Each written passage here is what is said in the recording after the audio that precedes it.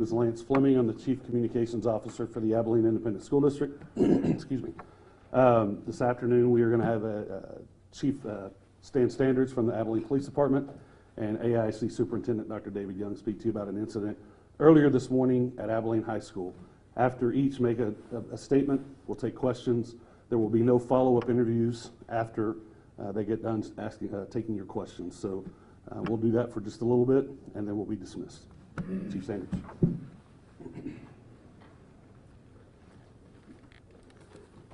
This morning, shortly after 8 a.m., AISD leadership became aware of a fight, and ultimately, pretty quickly, they learned that two persons had possibly been stabbed. This was communicated via an internal radio system that Abilene High uses. The school principal took immediate action. The school resource officer also has the same radio system, so Officer Derek Franklin is assigned there at the campus, and he also heard the same transmission. So he immediately went to the source where they believed that the altercation had occurred.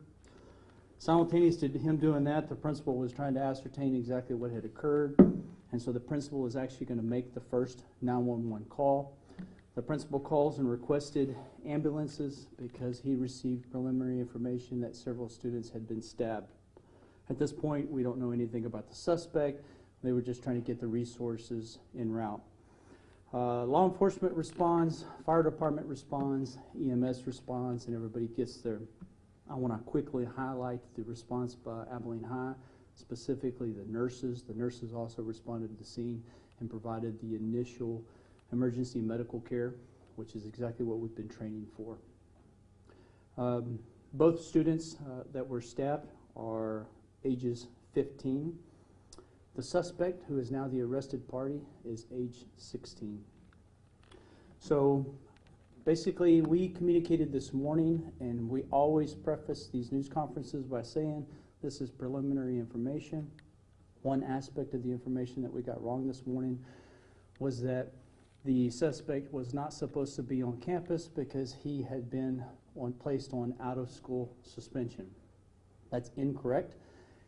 He was actually placed on 3 days of out-of-school suspension, which is the maximum afforded by state law, on Monday. So that suspension ended on Wednesday, so he was actually supposed to report to the campus on today's date for more in-school suspension. So I'm just correcting that information. I also want to communicate rather strongly that this act was not random, nor was it spontaneous. Subsequent information has revealed that we believe that the victim and victims in this case were likely aware that the suspect was actually on the campus and may have actually been meeting at a common venue. We suspect that they may have been under the pretense that a fight was going to occur, hence the video that many of our citizens have seen that was taken by one of the students. That video was taken because obviously there was some foreknowledge of what was about to transpire. So ultimately, in an external breezeway on the actual campus, the suspect had arrived. It's shortly after 8 a.m., maybe just a minute before, and he is approaching the two victims plus additional students, plus the student who is actually going to video. It looks like the intended victim and the suspect, and we know this based upon investigations, have had somewhat of an ongoing dispute. I can tell you it's probably been weeks, probably even months, and actually may have actually started last year. So again, this was not a spontaneous act. Events continue to escalate between these two, between the primary victim and the suspect, the arrested party, until Monday of this week, also in a classroom in Abilene High. There was an altercation that ultimately resulted in the arrested party being placed on 3 days out of school suspension, followed by 5 days in school suspension. So then we land to this day. It looks like the The victim, the primary victim, who has had this ongoing dispute with the arrested party, and several of his friends were aware that the suspect had arrived, and so there was possibly going to be some type of a meet, some type of a rendezvous. We're not exactly sure. That's the purpose of doing a criminal investigation. What I do know is they ultimately met underneath an exterior breezeway. What would ultimately transpire is the suspect would immediately approach the primary intended victim and begin punching at him. Unbeknownst to the victim, the suspect was armed with a knife. Many of you have seen the video. We have also seen the video. I can tell you basically it's described as some type of a knife that possibly was contained within the hand, and so it's like a set of brass knuckles, but it had a sharp point that looks like 4 to 6 inches long. So the suspect attacked the primary intended victim repeatedly. The victim did suffer serious bodily injury. We can tell you that the victim suffered either punctures and or slashes. We can say probably definitively 4, maybe 5. We're not exactly sure. At that particular point, one of the other persons who was in the group with the primary intended victim was standing off to the side. You can clearly see that his hands are up. He had zero desire to engage in this fight between two parties, whereupon the suspect arrested party then punched, stabbed him in the upper torso, also causing serious injury. At this particular point, both victims are able to flee. In fact, that entire group flees. The suspect, you can see on the video, kind of walks after them, but then abandons his attempt, and then ultimately would leave the campus. Abilene High leadership and the school resource officer were able to discern that the suspect fled northbound from the campus. He would ultimately be picked up by a family member and taken home. By this time, we had already developed information on who this 16-year-old suspect was, so we knew where home was. And so detectives with the youth division responded and were able to take him into custody without incident. He was then taken to the law enforcement center and then ultimately to the juvenile detention center where he remains at this point. He is charged with 2 counts of aggravated assault. Both of those counts are second-degree felonies. I'm going to let Dr. Young talk about the condition of these 2 students. This is still an ongoing investigation. I suspect we're going to learn a ton more in the coming weeks, but I just want to repeat, this was not spontaneous, nor was this random. It looks like this has been boiling for quite a while. Monday was a true tipping point. The district responded accordingly, placing that suspect, now arrested party, on out-of-school suspension, and then he was allowed to return to campus today as he was required, and then we have this. And so I'm going to turn it over to Dr. Young, and then he and I can answer any questions you may have. Dr. Young?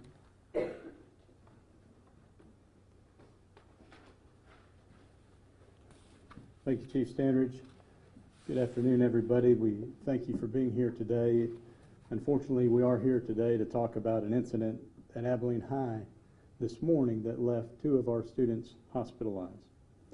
I do want to relay to everyone in the Abilene community that the families of both victims have told us that we can share some information, and we are happy to report that their children are each in stable condition. I know that everyone will join me in wishing these students well in their recovery. Our hearts and our prayers go out to them and to their families, and we will certainly be monitoring their progress and any needs that they might have as they continue to recover.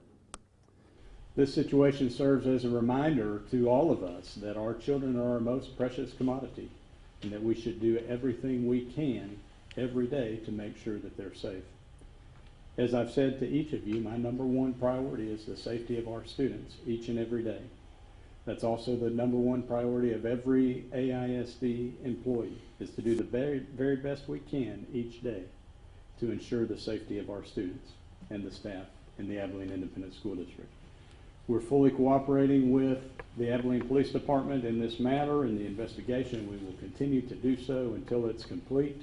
We're very thankful for the collaborative relationship that we have both with the APD officers that are assigned to our campuses and additional police department personnel that support us in difficult times. And so bulk of the information that you heard from Chief Standridge, I'm not going to repeat. I do want to reiterate that we are thankful that these students are in stable condition. I would say to parents that this, as you have heard from the chief, this was not a random act. We have excellent safety measures in place, and I would assure you that Abilene High School, as well as every campus in the Abilene Independent School District, is an appropriate and safe place for your children. Thank you. Any questions for Dr. Young or Chief Standards? Dr. Young, does the state law allow Abilene ISD to do anything differently in terms of the way that you discipline this student before today's incident? Or would you like to see any changes to the way that this incident could have been prevented in the future? So the state law is pretty prescriptive about certain offenses requiring certain consequences to be assigned. As the chief mentioned, today's incident was a culminating event of a long process. Even today, in the course of the investigation, a lot more information has been learned about some of those precipitating events, and so that will cause us to be reevaluating what the status of the school consequences for that student would be. As far as the safety protocols, Dr. Young, on campus, what are those safety protocols and what is in place now? I guess, I don't know if the chief can answer this or you can answer this better, but in terms of how many officers are there on a daily basis and, you know, what safety protocols are in place for, I guess, something like this Sure. when it happens or maybe to prevent it?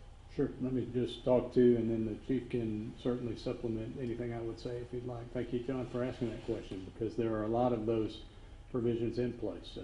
One that's already been mentioned tonight is the School Resource Officer Program is something that that means that we have Abilene Police Department officers assigned to AISD campuses. We have recently increased the number that we have, and we have at the high school level are adding an additional officer to be shared between campuses, and that officer is in training right now to supplement the one each that are assigned to Abilene High and Cooper, and then each of our 4 middle schools has a school resource officer assigned, as well as the Jefferson and Woodson campuses. Each of these officers, though, really does serve the entire school district in that they have kind of clusters of campuses that they support at elementary schools, or if another officer is off campus. And so school resource officer program is a big piece. Another big safety measure, this incident happened before school, around 8 a.m. For arrival at school every day, in addition to police officers that are on campus, we have additional personnel out on duty actively supervising the arrival of students on campus beginning at 7:45, and that is groups of teachers that are on duty as well as administrators are on duty, and today was no different from that respect. And then another safety measure that's in place in the Abilene Independent School District is we do participate in the school marshal program, and we have marshals that have very specific purposes on campuses that are only going to respond in certain instances, but that is another measure that we have in place to keep our students safe, as well as just you know, the very best thing that you can do is have effective and appropriate relationships with your students, and as you get information, we immediately investigate everything that is brought to us to determine what action, if any, needs to be taken. So those are the first pass at the safety measures that I would say. Chief is not wanting to add anything. Dr. Young, how did the weapon get on campus? Obviously, it was, you know, before school. And how do you prevent weapons from getting there in the future? I mean, that's a difficult thing to do for any agency. Certainly. You have to be, you know, to predict these things, which is impossible. But I mean, how would you prevent this in the future? Well, certainly, how did it get on campus? I would assume that an individual brought it on campus. You know, for those that aren't aware, Abilene High School has 2,288 students, and it sits on a 33-acre campus and is a large facility. We have an active security plan in place every day to control how students move between classes, how they arrive at school, how they leave school. And so that's, you know, obviously those supervision of those activities is what you do to try to prevent weapons or other illegal material from coming on campus. Dr. Young, I got a quick, kind of a two-parter. Were y'all aware of the altercation or the ongoing situation between the two students before today's incident? And the second part to that is having so many students on one campus, when the school does become aware of an altercation, an ongoing altercation between students, what's the protocol for the school, teachers, counselors to intervene with that? When y'all are aware of something between a group of students or two students that's ongoing? Sure, I'm gonna let Chief go first if you don't mind. Victor's question was, were we aware prior to today's offense of this ongoing dispute between all the involved parties? My answer would be no, certainly not to the level that we would have known and taken action and actually prevented this. So most of what we have gleaned has been learned today. Now, having said that, we know a lot more than obviously I'm sharing, because obviously I want to protect the integrity of this investigation, because ultimately we need to hold a person responsible for stabbing two students.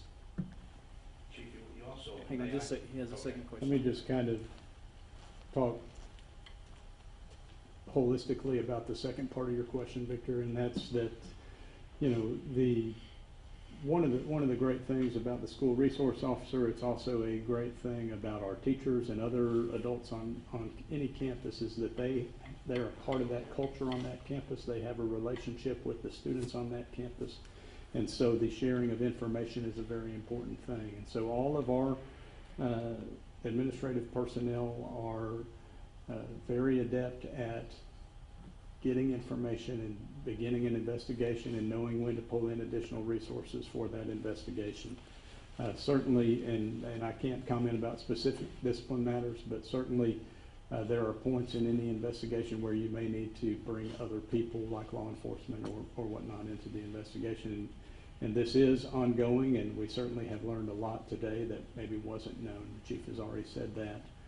But so I would just encourage parents, I would encourage students that are listening, that if you have, that your school, you spend a lot of time there each and every day.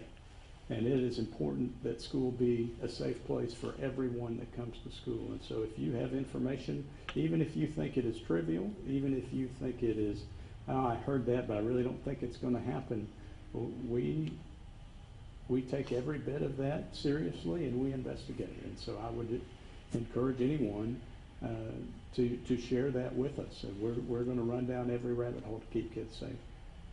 Dr. Young. Superintendent, one. What is your protocol for when the individual was suspended for the altercation, knowing that he was going to come back onto campus? Was the resource officer trying to keep them separated? How do they get back into close contact, even though it happened before school started? Well, and certainly as students arrive on campus, it is you know, they are to report directly to their assigned spot if they are there prior to when we allow kids in the building or something.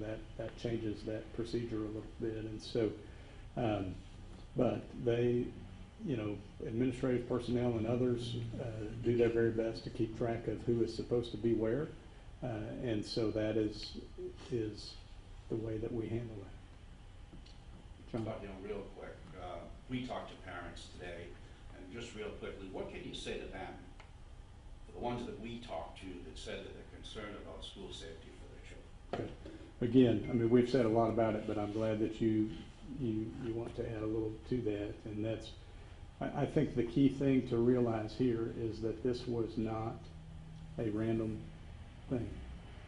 Unfortunately, the school is often a place where other factors come to bear. And so we do our very best to keep kids safe in that dynamic. But so to a parent, I'm an AISD parent, and so I'm speaking to myself as well. It should be comforting to know that this was not random, that the individual is now in custody, and so school tomorrow should not be a question mark. 2 more questions. Yes, sir. What's going to be done with the said student? Like, is he going to get expelled, or like, how you guys plan on approaching that? Certainly we will. There are a lot of criminal pieces that will take place, and we will, the way that plays out in the legal system will dictate what our action is. It won't be optional. And so without going, I can't speak specifically about student discipline, but the code is very clear about how we respond in certain situations. Chief, can you talk about how the legal system works in this charge when it comes to juveniles and being in? Yeah, the question posed was, what is the legal process ahead for the arrested party? Mind you, the arrested party is 16 years of age, so there will be a probable cause hearing within 48 hours, so presumably tomorrow, to determine if the Abilene Police Department has provided the court's probable cause to maintain the detention at Juvenile Detention Center. I'm confident that we have, so I anticipate that the child will be kept at JDC and not released. There will then be a determinate hearing every 10 days, ultimately to determine what is the status of this child. And so instead of, like in the adult system, where a person is booked and they're ultimately housed until eventually there's court disposition, with a child, the case is reviewed every 10 days. So I just want to reassure, especially the parents of the 2 victims, that this child will remain at JDC until ultimately the courts decide what is going to play out. And so without getting into a lot of legal technicalities, I can just simply say that I'm pretty confident that the child will remain at JDC, but ultimately it's going to be up to the courts. Last question. Anybody?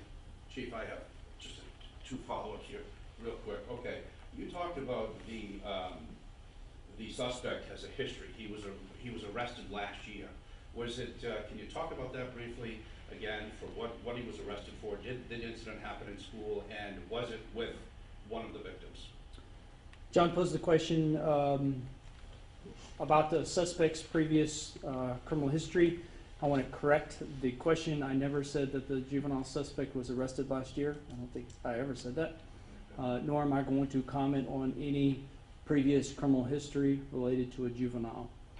I can tell you that we believe some of the animosity between the involved parties began last year, but I'm certainly not going to comment on criminal history involving a juvenile. What's your second question? I probably heard that wrong, but the suspect has never been in trouble with the law, and was he suspended prior to the recent suspension? What was he suspended for the 3-day suspension? Or is that public knowledge at this point? Certainly, the specific details of the discipline situation are not something that I can comment, because it was, we had discussed that to clear up information that was mistakenly presented this morning about whether or not the student was supposed to be on campus, but for the specifics of that, we just can't share that. I'd like to thank everybody for being here today. We do appreciate our media partners and getting accurate information to our community. And again, I would just, as a parting comment, just encourage folks to share information with us and allow us to keep kids safe each and every day. Thank you.